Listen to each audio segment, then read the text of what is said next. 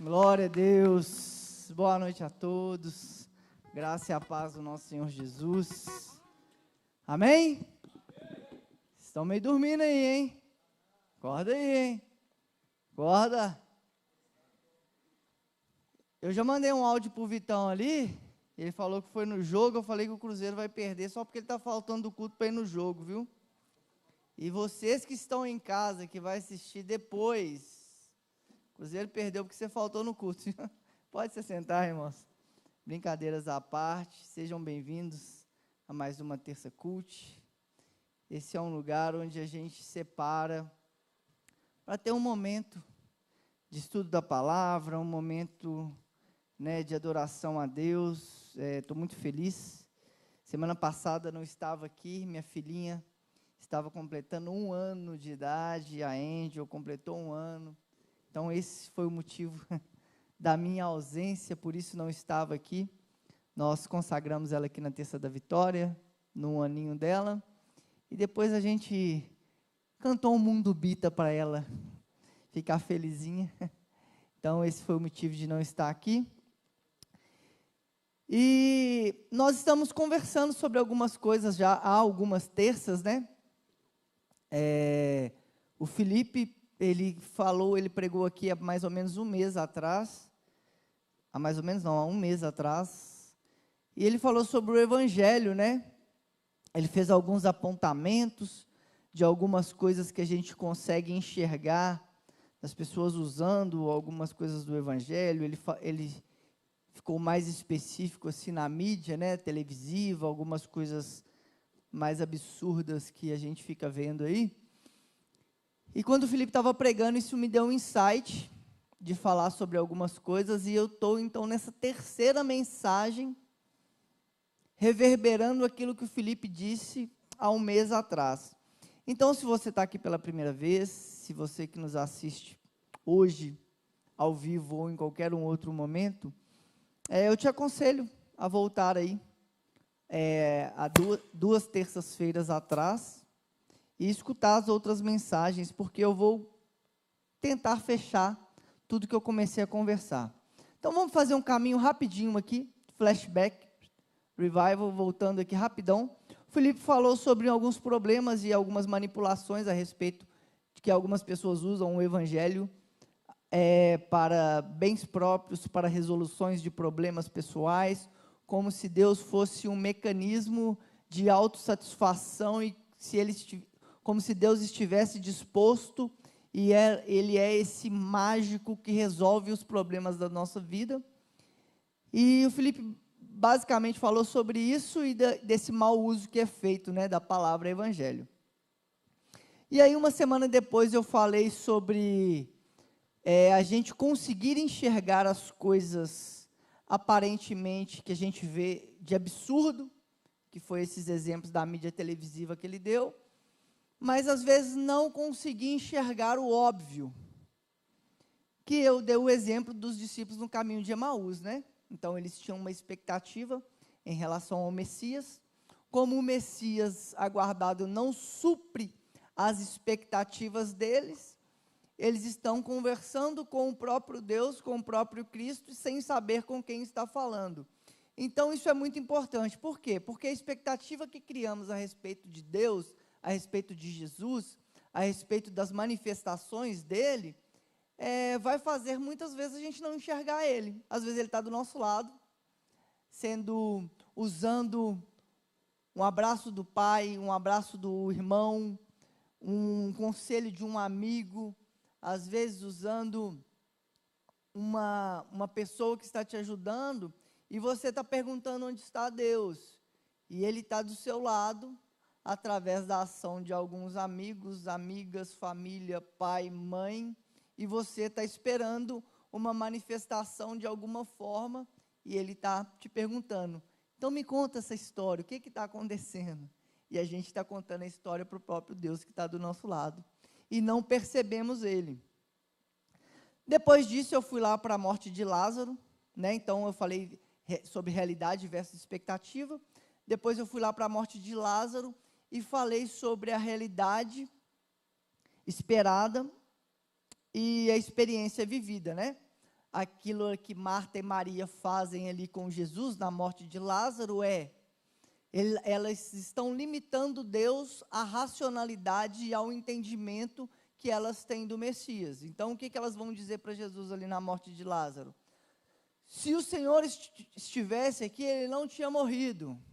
Lembre-se que nós estamos falando de mulheres que são crentes, mulheres que acreditam de fato que ele é o Messias, mulheres que acreditam de fato que ele é o Rei dos Reis, que ele é o Senhor. Nós não estamos falando de pessoas que não acreditam, nós estamos falando de pessoas que experimentaram Deus, que viveram experiências com Deus, e essas pessoas, o que elas fazem? Elas limitam a Deus ao quê? A experiência dela. Pô, Senhor, se o Senhor estivesse aqui, ele não teria morrido. Aí depois, quando Jesus fala, né, não, mas ele vai ressuscitar. E aí a Marta vai vir e fala para ele, eu sei que ele vai ressuscitar, lá na ressurreição dos mortos, né?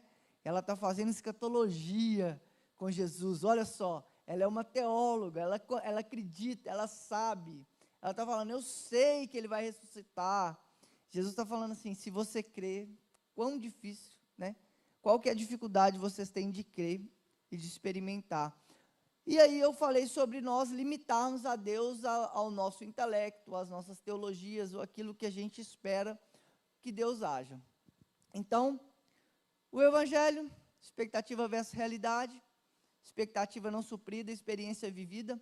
E aí eu quero finalizar hoje com essa dura realidade, essa dura realidade, que é de quando a religião perde o seu poder. A dura realidade de quando a religião perde o seu poder. Eu vou ler o texto lá de Amós. Você que pode, abre a sua Bíblia aí comigo, livro de Amós, profeta Amós.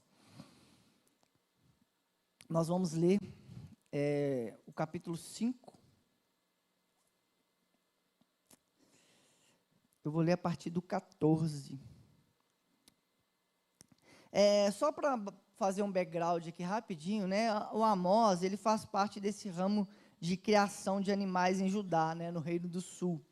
Ele não pertencia a nenhuma comunidade de profetas que viviam e oravam juntos. Ele era um homem comum, ciente do que acontecia além da fronteira de Israel, mas ele não se intrometeu até que Deus o enviou para o norte com uma mensagem. Então, a primeira coisa que eu gostaria de delimitar aqui, o Amós, ele é uma pessoa comum, irmãos. Ele não é essa pessoa que ele é um profeta dessa linhagem de profetas. Ele é um criador de gado. Ele é um criador de gado que ele está vendo o que está acontecendo em Israel. Ele está vendo o que está acontecendo em Israel e começa a se convencer de falar assim, peraí, o que está acontecendo aqui? O que esse povo está fazendo? E qual é o pano de fundo desse profetismo de Amós? Nós estamos falando aqui do reinado de Uzias. Nós estamos falando aqui de mais ou menos 8 séculos antes de Cristo. Israel, irmãos, Israel está bem. Israel está próspero. Está tudo dando certo para Israel. Israel politicamente, Israel financeiramente. Israel está bem. Acabou os problemas de Israel. Em especial, o reinado de Jeroboão II e o reinado de Uzias são reinados politicamente estáveis e sustentáveis. Israel está próspero, está acontecendo algumas coisas que está bem legal. Só que qual que é o ponto que Amós ele vai denunciar aqui? Tanto que ele fica calado até que Deus chama ele. Ele vai vendo que Israel estando bem, ele foi deixando de fazer algumas coisas que eram importantes para a tradição israelita. Algumas experiências que eram importantes, eles foram deixando de lado. Por quê? Porque está tudo bem, está dando certo, a nossa nação está próspera, está tudo bem. E aí o que a gente vai ver, que eu poderia chamar aqui de uma coisa muito, para simplificar mesmo assim, nós vamos ver um crescimento de Israel, que a gente chama, né, hoje, na economia, que é um de crescimento em K, né? Que é aquela coisa do cada vez o rico ficando mais rico e o pobre ficando mais pobre, né? é aquele crescimento em cá. E aí, se você já leu o livro de Amós, se não leu, eu recomendo que leia, você vai ver que a denúncia de Amós é uma denúncia muito difícil de fazer. Por quê? Porque a nossa religião, ela geralmente ela é uma religião moralista e legalista mesmo. Então, por exemplo, o Amós, ele não está denunciando aqui, por exemplo, um problema moral de um rei, de um sacerdote. Ele não está falando para um sacerdote ou para um rei assim, aqui, você traiu a sua esposa, você teve um... Não, ele não está falando disso. E o grande segredo nisso, por que eu chamei isso de dura realidade?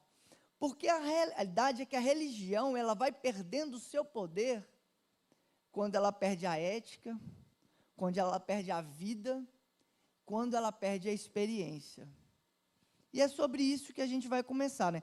Os profetas bíblicos, eles são essas vozes, né, poderosas, eficazes, que são ouvidas de várias formas. E o que o Amós ele está denunciando aqui é isso. Ele está denunciando é o quê? Está tudo dando certo para vocês. E vocês não estão vendo a causa do pobre, a causa do necessitado. E é isso que Amós está dizendo aqui.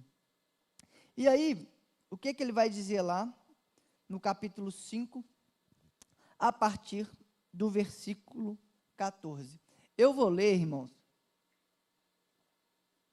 Eu tenho usado com vocês aqui a NVT, né? Mas eu vou ler a tradução da mensagem. A mensagem, acho que a maioria de vocês devem conhecer, é uma paráfrase do Eugene Peterson. É uma paráfrase muito boa, muito fiel, mas é a Bíblia a mensagem, tá bom? Então, eu vou ler aqui. Então, prestem atenção mais em mim do que na leitura ali, porque elas têm algumas coisas diferentes, mas eu achei essa tradução aqui maravilhosa, e aí hoje eu escolhi usar ela. Diz assim, Amós capítulo 5, a partir do versículo 14. Busquem o bem, não o mal, e vivam. Vocês falam do Eterno, o Senhor dos exércitos, de anjos, como se ele fosse seu melhor amigo. Então viva de acordo com isso, e talvez isso venha a acontecer. Odeiem o mal e amem o bem. Ponham isso em prática, à vista de todos. Talvez o Eterno, o Senhor dos exércitos de anjos, olhe para esse remanescente e tenha misericórdia dele. Agora, mais uma vez, a mensagem do meu Senhor, o Eterno, o Senhor dos exércitos de anjos. Saiam às ruas, lamentem em voz alta, encham os mercados e lojas com gritos desesperados, chorem bem alto. Não eu, não nós, não agora. Escritórios vazios, lojas, fábricas e locais de trabalho sem ninguém. Que todos participem desse grande lamento. É decreto do Eterno.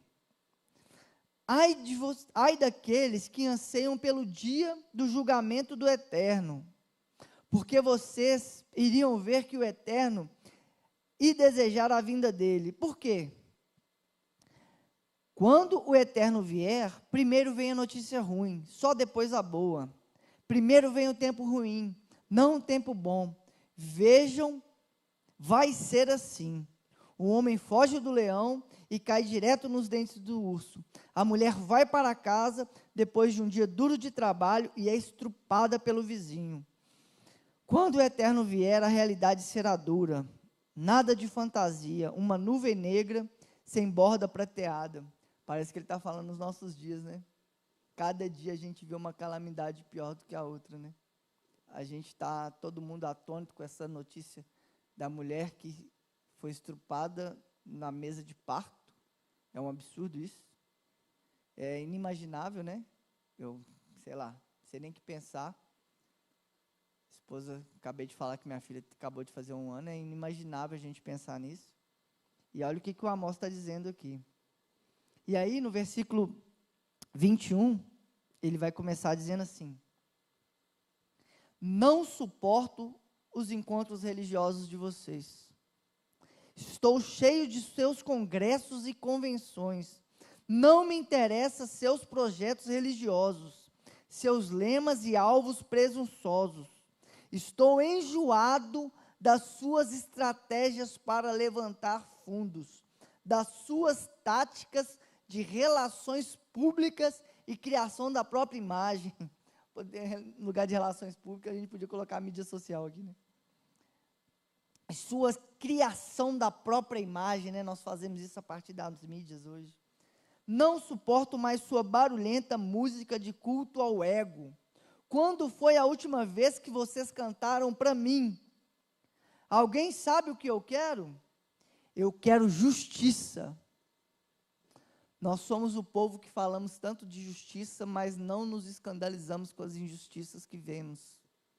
Falamos tanto que somos o Deus de justiça, sei lá o que isso te traz à mente quando você pensa de justiça, né? Porque é uma coisa que a gente precisa tratar, a justiça bíblica.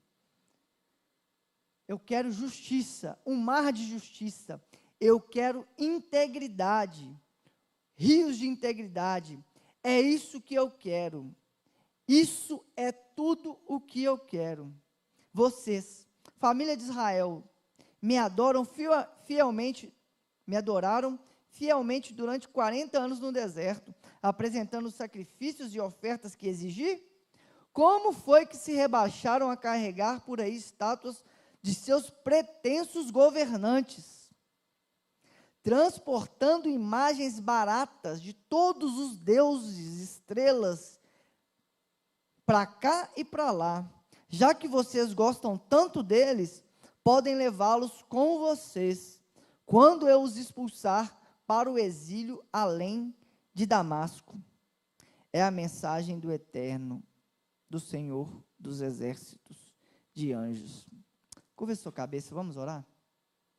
Ó Deus, em nome de Jesus, Pai, eu quero te entregar essa mensagem em tuas mãos, pedir ao Senhor, que o Senhor fale ao nosso coração, ó Pai, que nós entendamos, ó Pai, que o Senhor não está à procura de encontros religiosos, que o Senhor não está à procura de eventos, mas o Senhor está à procura de integridade, o Senhor está à procura de honestidade, de sinceridade, de corações contritos e quebrantados diante do Senhor, ó Pai.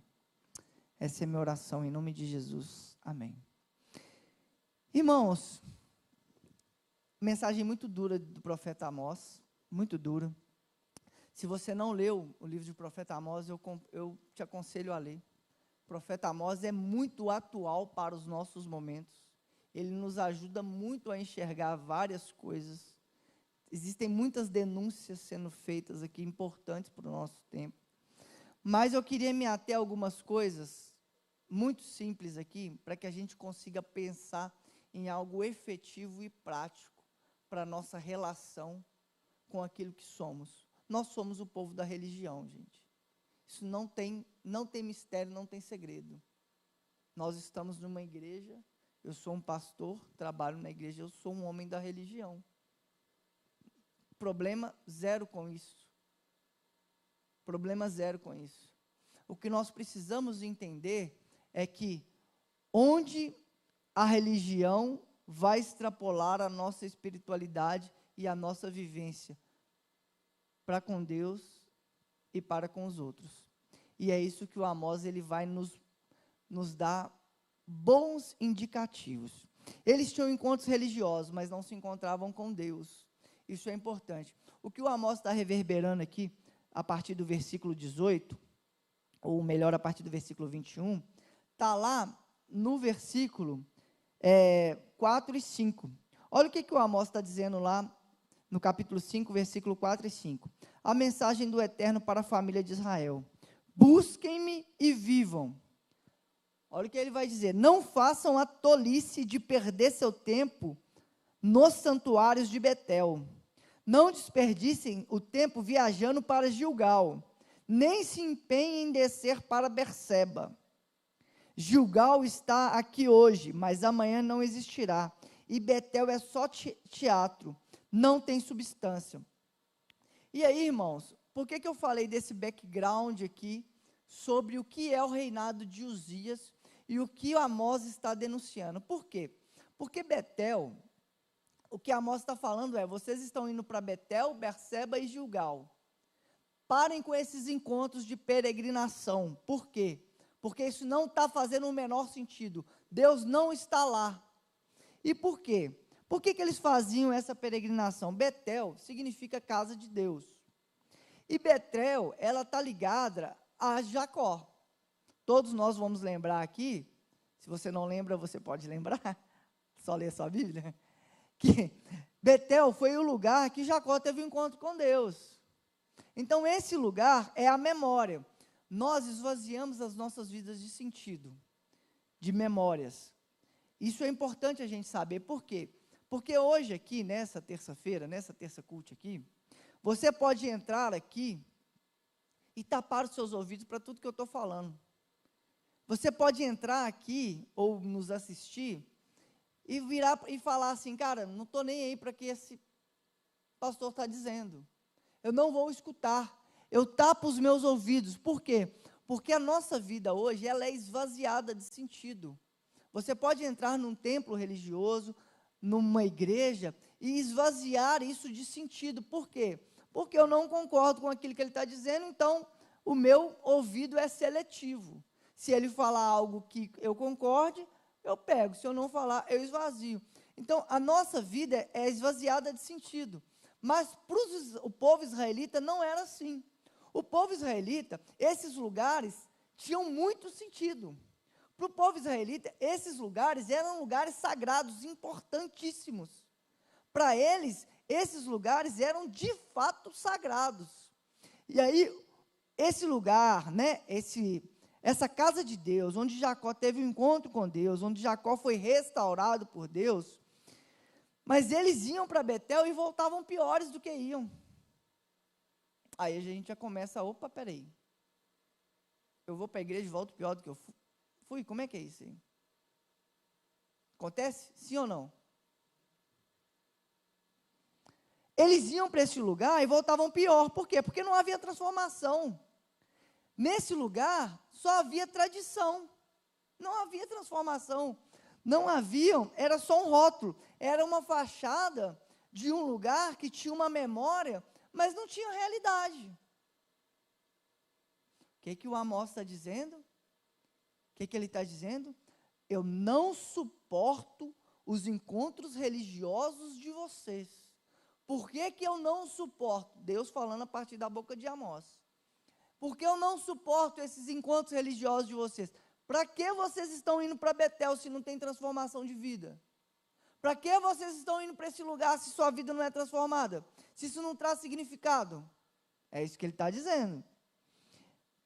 Berseba, então, Betel é esse lugar de encontro, de restauração com Deus que vai ligar a Jacó. Berseba significa a presença de Deus, a companhia de Deus. Então, enquanto Betel é um lugar, Berseba é essa companhia de Deus, né? Em Berseba foi aquele lugar que Abraão, Isaque, né, e Jacó recebem a mesma promessa de Deus. Qual que é essa promessa? Eu estou convosco, eu estou com vocês, eu irei com vocês. Então, quando eles vão para lá, eles estão com essa memória. Qual memória? Se eu for lá, Deus estará comigo. Se eu vou nesse lugar, Deus vai comigo para onde eu for. Mas eles iam em Berseba, mas Deus não estava com eles. E aí o Amós está dizendo, estou cheio dos seus congressos e convenções, não me interessam os seus projetos religiosos. Deus não está em sua companhia, não está. Gilgal, que é o terceiro lugar que o profeta diz, que o profeta cita, o que era o Gilgal? O Gilgal, ele era esse símbolo da herança. Não sei se vocês vão se lembrar, mas quando, por exemplo, Josué, ele vai para a terra prometida, é de Gilgal que ele está saindo. Então, ele é esse lugar da posse da herança, da terra prometida. Então, ele era de onde eles partiam para conquistar. Era desse lugar que eles partiam para algum lugar. E aí, o símbolo de herança, hoje, no final do capítulo, o que o Amós ele vai chamar? Ele vai chamar isso de desterro. O que é desterro? Esse lugar que era o símbolo da herança, que era o símbolo de conquista da terra prometida, agora é um lugar de quê? De desterro. O que é desterro? É banimento, exclusão. Esse é um lugar que eu vou exilar. É exílio. Então perceba, irmãos, que a denúncia do profeta é uma denúncia muito importante para as nossas vidas. Por quê?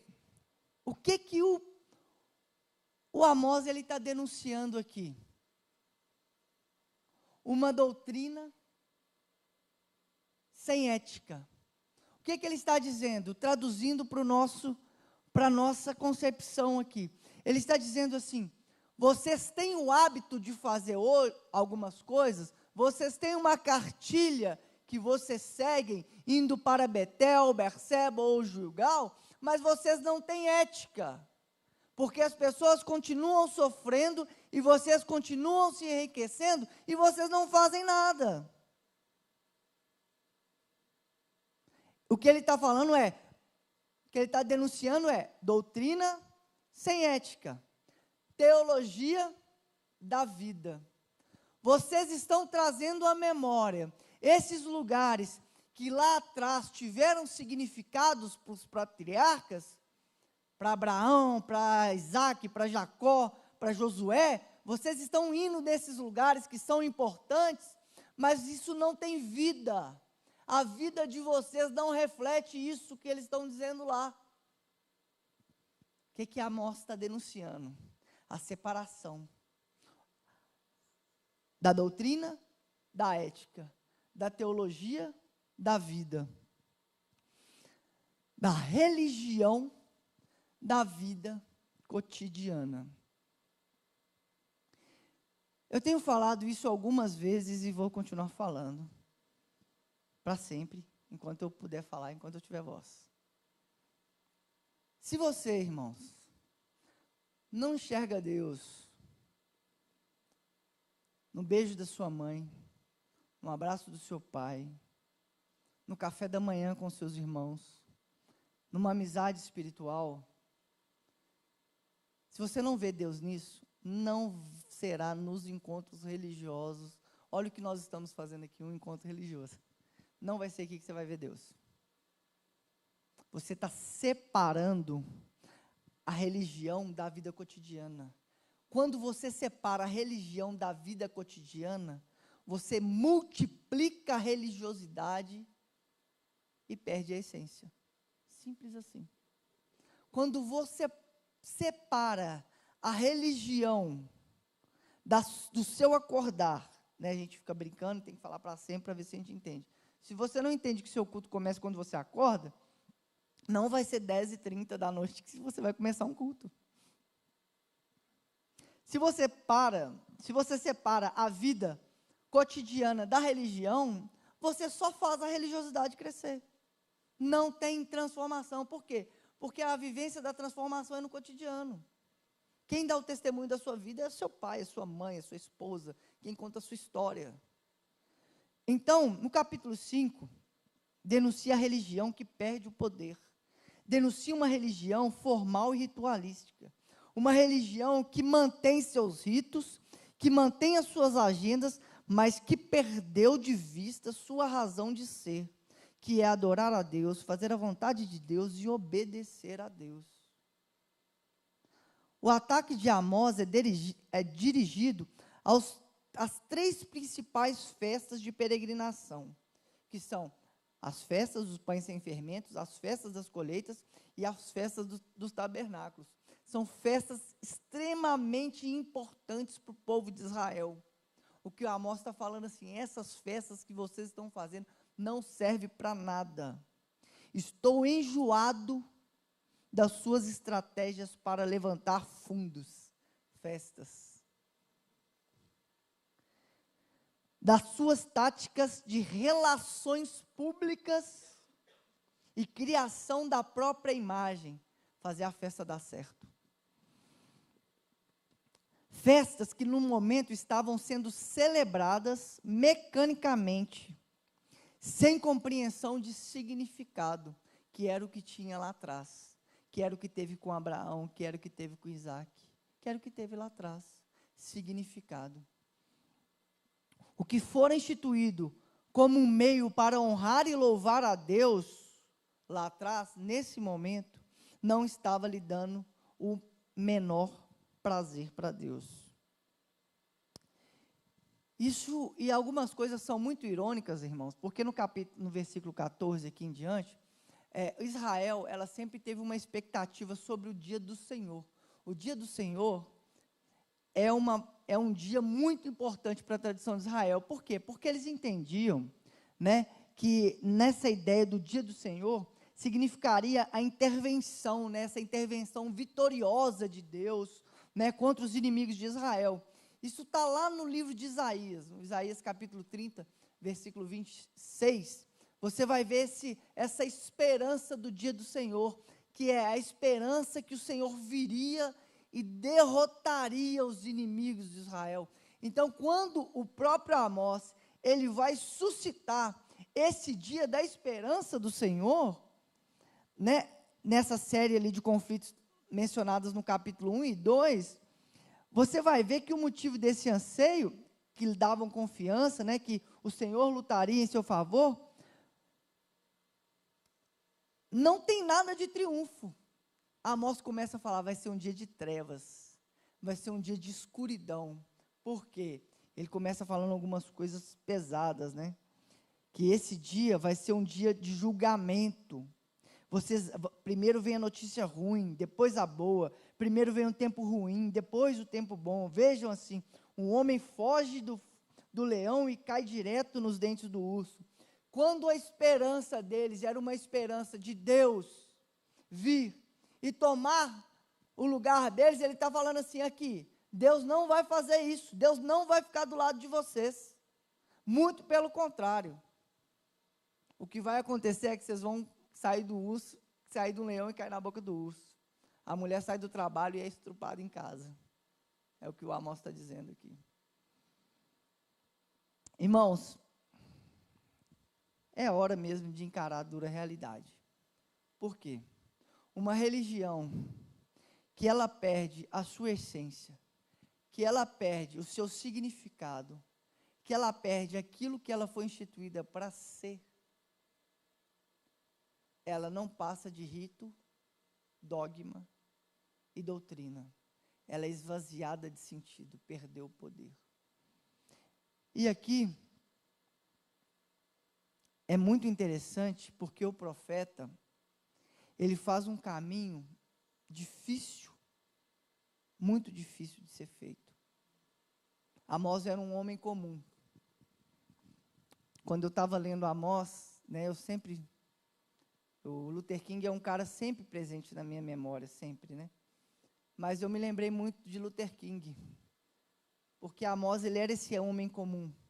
O Luther King, ele vai dizer, eu sou um pastor, eu nasci para ser um pastor batista, sou filho de um pastor batista, neto de um pastor batista e bisneto de um pastor batista. O que eu faço é pregar o evangelho. Se isso tomou outros coloridos, é porque a sociedade está doente. Eu só estou pregando aquilo que eu nasci para fazer. Eu não tenho, ele vai dizer, né, eu não tenho vocação política e nem pretendo fazer nada. E Amós, ele está denunciando alguma coisa aqui, algumas coisas que são muito importantes. Porque ele não está denunciando a partir de uma religião moralista e legalista.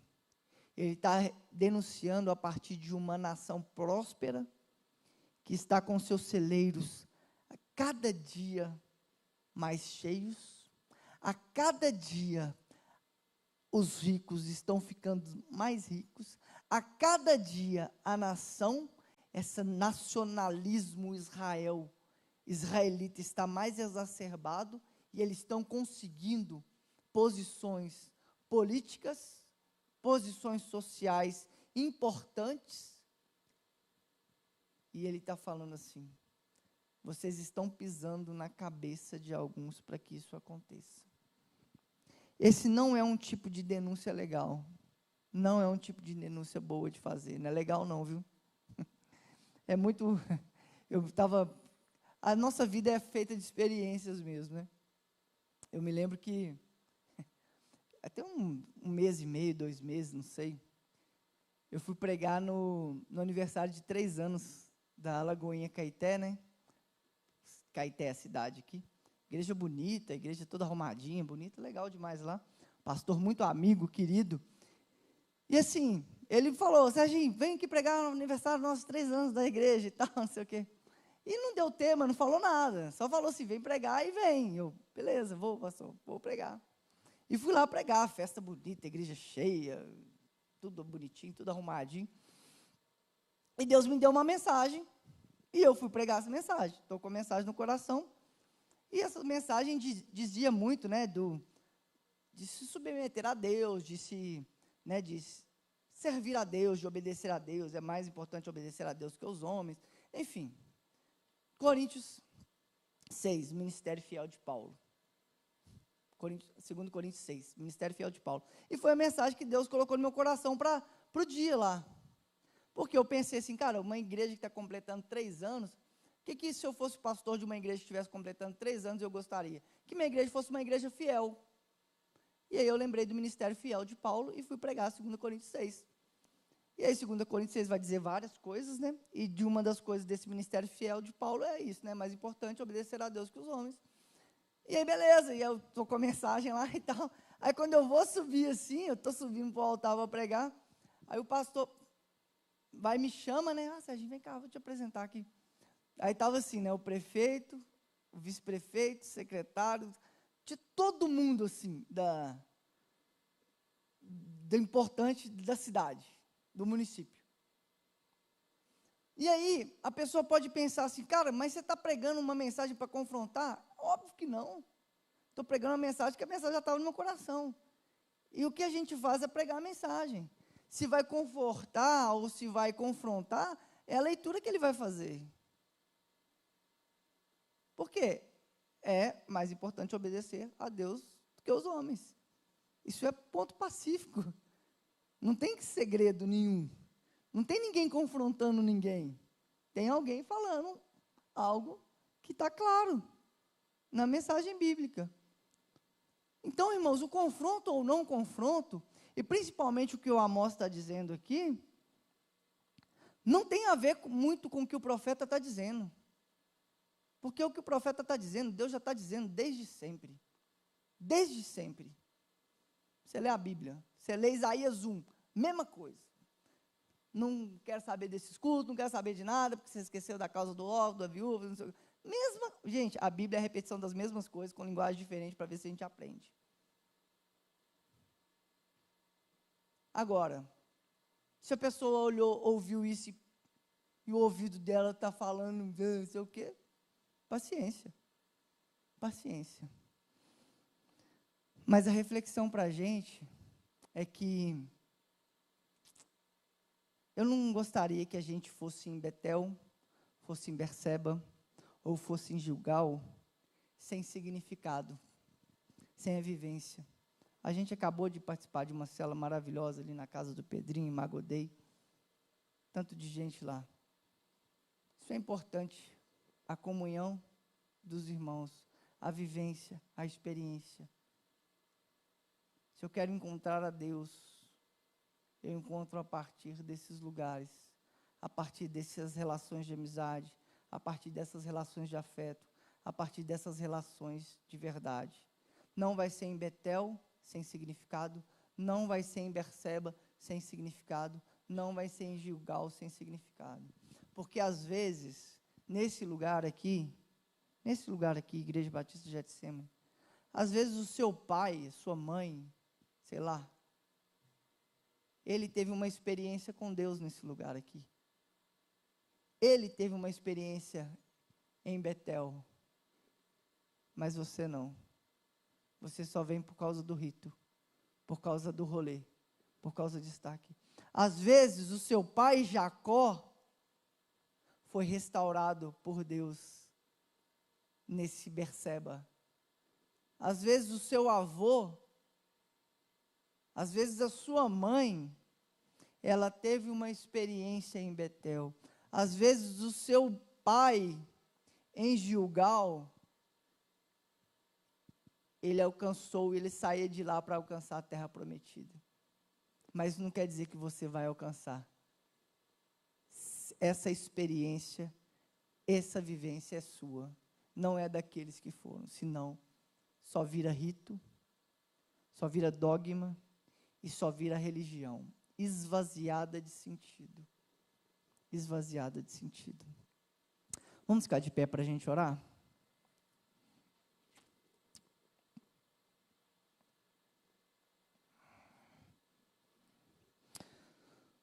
Os profetas bíblicos continuam sendo as vozes mais poderosas e eficazes já ouvidas nessa terra, para manter a religião honesta, humilde e compassiva. Os profetas descobrem a injustiça, especialmente aquela que se apresenta com enroupagem religiosa. Eles percebem a quilômetros de distância, conseguem enxergar onde há hipocrisia, especialmente a que se assume postura religiosa. Os profetas não se impressionam com posição social, poder ou autoridade.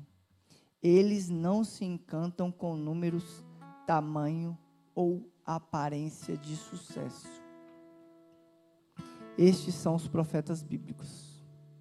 Eles não se encantam com números, tamanho ou aparência de sucesso. Eles conseguem enxergar a hipocrisia, especialmente quando ela assume uma roupagem religiosa. Sabe por que eu trouxe essa mensagem para finalizar essa dura realidade? De forma nenhuma, irmãos, quem está aqui me conhece, sabe que a minha ideia nunca é apontar o dedo. Tem uma premissa em tudo que eu sempre falo aqui, vocês sabem disso. Examine, pois, o homem a si mesmo.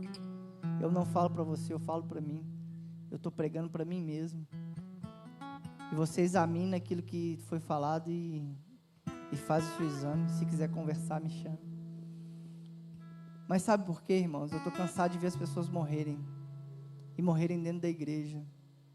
Porque estão perdidas, abandonadas, sem sentido, sem razão para viver, esvaziado de sentido da vida. E o cristão tem uma resposta muito boa para o sentido da vida, um propósito muito bom. E eu fico triste todo dia que eu sento naquele jet park ali, e eu sento com uma pessoa que ela mostra para mim que ela está sem sentido para viver. Não é apontar o dedo de forma nenhuma, é falar assim: vamos trazer sentido para essa realidade. O sentido está nas relações. Nós vamos construir isso juntos. Esse é o meu desejo. Ó Deus, em nome de Jesus, Pai, eu peço ao Senhor, Deus, que o Teu Espírito faça aquilo que eu não tenho a mínima capacidade de fazer, que é que convençam os meus irmãos daquilo que o Senhor tem para fazer nos corações dele, ó Pai. O que o Teu servo aqui humildemente te pede e clama ao Senhor, ó Pai, é um clamor por não conseguir mais ver pessoas esvaziadas de sentido, chorando, não conseguindo responder questões básicas da fé, perdendo a fé, porque a religião tomou conta dela, perdendo a fé, Pai, esvaziando de sentido de vida, porque ela não consegue, Deus, ver sentido naquilo que ela está fazendo. Ela não consegue enxergar o Senhor, ela não consegue enxergar Deus em Betel, ela não consegue lutar com Deus em Betel, ela não consegue caminhar com o Senhor em Berseba, ela não consegue herdar essa terra prometida, ela não consegue, ó Pai amado, a partir da religião, Pai, viver essas experiências tão lindas e maravilhosas que contamos aqui a partir da Bíblia Sagrada, Pai. E o meu desejo, ó Pai, é para que cada uma dessas pessoas que estão aqui e que nos assistem não viva uma vida esvaziada de sentido. Eu estou cansado de ver pessoas com depressões, com dores, reclamando, ó Pai, porque não passa de ativismo religioso aquilo que ela está fazendo, ó Pai. Ela não consegue entrar para o quarto e chorar com o Senhor. Ela não consegue, ó Pai amado, ter uma experiência com o Senhor. Quanto tempo o Senhor não ouve ela cantando para o Senhor? Quanto tempo o Senhor não ouve ela chorando com o Senhor? Não são nesses encontros religiosos, ó Pai. Oh Deus, aqui é um coração, Deus, um coração de um servo do Senhor, ó Pai, cansado de ver as pessoas morrendo, ó Pai, porque não tem sentido, porque as tarefas religiosas delas não trazem sentido para a vida delas, Pai. E a minha oração, Deus, em nome de Jesus, Pai, é que o Senhor ressignifique essa espiritualidade, ressignifique essa vivência, e que as experiências, que as relações interpessoais, elas tragam esse novo de Deus, esse vinho novo, esse novo amanhecer, esse novo nascimento, ó Pai, e que elas ressuscitem, ó Pai, para o Senhor, Deus. Essa é a minha oração, Deus, em nome de Jesus. Amém. Amém. Irmãos, por favor, não deixe que a mensagem acabe hoje. Chegue em casa, descanse. Você vai dormir agora, todo mundo vai dormir, está tarde. Mas amanhã, quando você tiver, depois do seu horário de almoço, quando você chegar em casa amanhã, vai lá ler. Leia o capítulo 5 de Amós. Deixe que a Bíblia fale com você. Esqueça um pouquinho o que eu falei, leia de novo. Vê se conecta alguma coisa. Não deixe que a mensagem seja só de um dia, irmãos. Esse é um problema. Viva, experimente. Amanhã ela vai ter um sabor diferente. Leia a mensagem. Curva a sua cabeça, vamos agradecer a Deus. Senhor, te agradeço muito, Pai, por mais este culto, por mais essa terça culto. Te agradeço até para os irmãos que faltaram para ir no jogo do Cruzeiro. Espero que o Cruzeiro tenha perdido por causa disso. Mas eu te agradeço de verdade, ó Pai, porque a terça culto ela tem sido uma bênção na minha vida, na vida de muitas pessoas.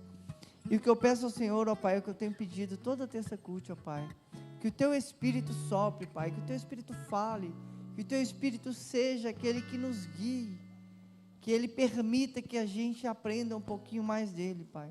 Te agradeço muito pela vida do nosso pastor Jorge, pela vida da nossa pastora Dani Linhares, que nos permite, ó Pai, estar aqui agora meia-noite, estudando a palavra de Deus, nos permite estar aqui, Pai, meia-noite na Igreja Batista Getsemane, adorando ao Senhor, ó Pai. Obrigado pela vida dos nossos pastores. Pedimos ao Senhor que o Senhor continue cobrindo eles, toda a família deles, ó Pai, em nome de Jesus. Que o grande amor de Deus, que a graça do nosso Senhor Jesus Cristo e as doces consolações do Espírito Santo estejam com todos, não só hoje, mas para todos sempre. Amém. Vão em paz e até sábado, terça, sábado.